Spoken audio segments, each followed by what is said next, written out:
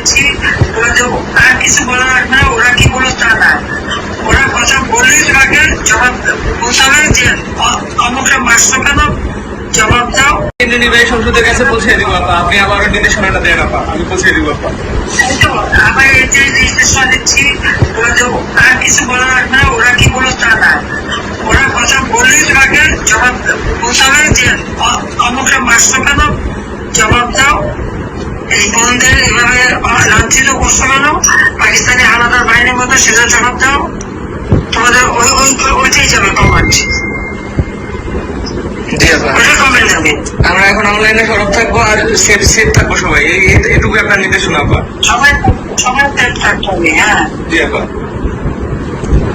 সবাই যে কজন কেন্দ্রীয় কমিটি যাদের নামের তালিকা বাংলাদেশের, সবাইকে সেফ থাকতে হবে।